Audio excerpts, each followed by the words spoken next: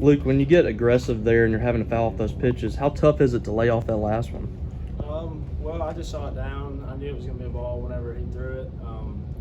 The first couple of pitches where I swung and missed, I was just underneath it, swinging too hard, I guess, and then just had to make an adjustment within that bat. I heard Coach Goat saying, get above it, and that's all I was thinking about, just throw my hands straight at the ball. How much do you want to be the guy up in that situation? I wish I could be the guy every time. I love that moment. It's just, I don't know what it is or why I like it. I love being in there, being in the box, just fighting and trying to help the team win. This is a team that has shown some resilience. I mean, you've had some adversity and some guys not swinging it well early in the year, but now here you are. Had to get a win tonight in many respects, and you go out there and get one. How much does that mean to you guys? It was huge for us. Like you said, we needed that win. I just go back to Kellen's at bat to start off the ninth.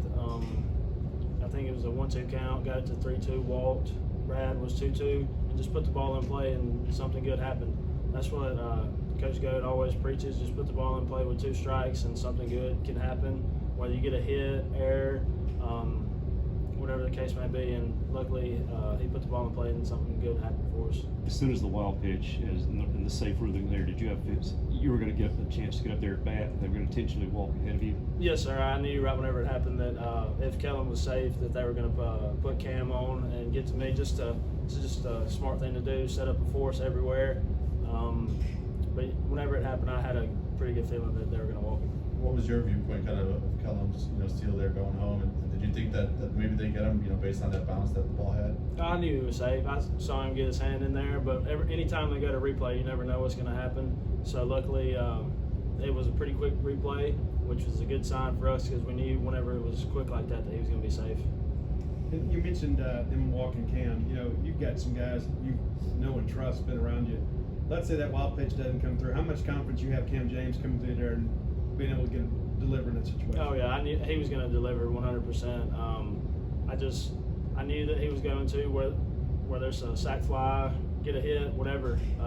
I knew he was going to get the job done. But once the pass ball happened, they put him on. I knew I was going to get the job done. I know you're a guy too that you never say die. But when these moments begin to unfold in the ninth, like you mentioned Kellen getting walking, and all of a sudden Brad puts the ball in play and they boot it, at what point do you start feeling like, you know what, this is fixing to happen for us? I knew whenever Leggett got the bunt down, I knew that we were going to win the ball game. Him coming in off the bench, I should have mentioned him a minute ago, I forgot. But him coming in off the bench like that, getting the bunt down was huge for us. And whenever that happened, I had a feeling they were going to put RJ on just to set up a force everywhere, and they did that. But I think we all knew that we were going to win that game right there. This team's been able to win games, come back with either big hits or home runs or rallies.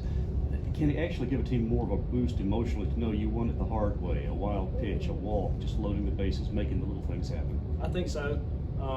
Everybody wants to get that big hit. I want to get the big hit right there, but I'm just as happy with the walk. We won the game, so I mean that's all that really matters. But I think so. Just getting on base any way you can. Walk. I mean, it was just huge for us. You guys won against Auburn in part because of an error in the College World Series in 2019. Did tonight's game have any similarity to that for you? I don't think so. I don't think that crossed really any of our minds. It's just another game. We just have to go out there and compete, and we competed. We competed our tails off tonight. You mentioned RJ earlier. He had 2 walks and a home run. I mean, what's it like having him at the top lineup? It seems like he's kind of starting to find a groove there. He is. He's been swinging the bat really well the past couple weeks. And then whenever we made him in the leadoff spot, I think his first bat in the leadoff spot again was a home run, leadoff home run. And then Sunday he did the same thing, another leadoff home run, I think. So I mean, that's to have him up there at the top for us. Just setting the table for all of us is huge, and we need that. A couple of tough fielding plays on the left side early in the game. Do you talk to those guys, in back in the dugout and say, just you can make the plays, just get the ball over to me? Oh yeah, I have complete confidence in all of them. They're all amazing infielders, amazing players.